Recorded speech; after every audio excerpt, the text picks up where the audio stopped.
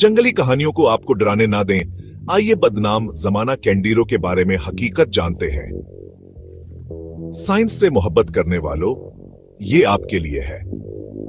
ठीक है, बात यह है, कैंडिरो अमेज़न की एक छोटी केट फिश है।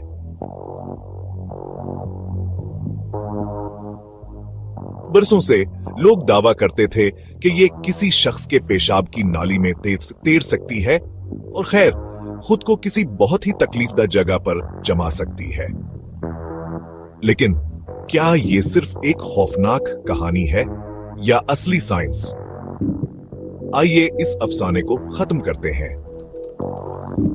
सिर्फ एक दस्तावेजी केस है और माहिरीन इस पर बहुत ज्यादा शक करते हैं।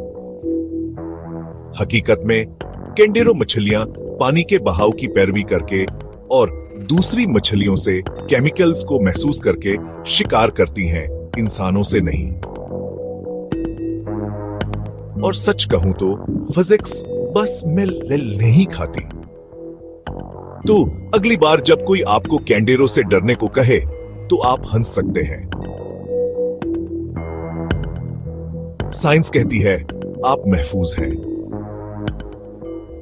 असली राक्षस अब भी सिर्फ आपके तखील में है। मछलियों की कहानियों पर यकीन ना करें।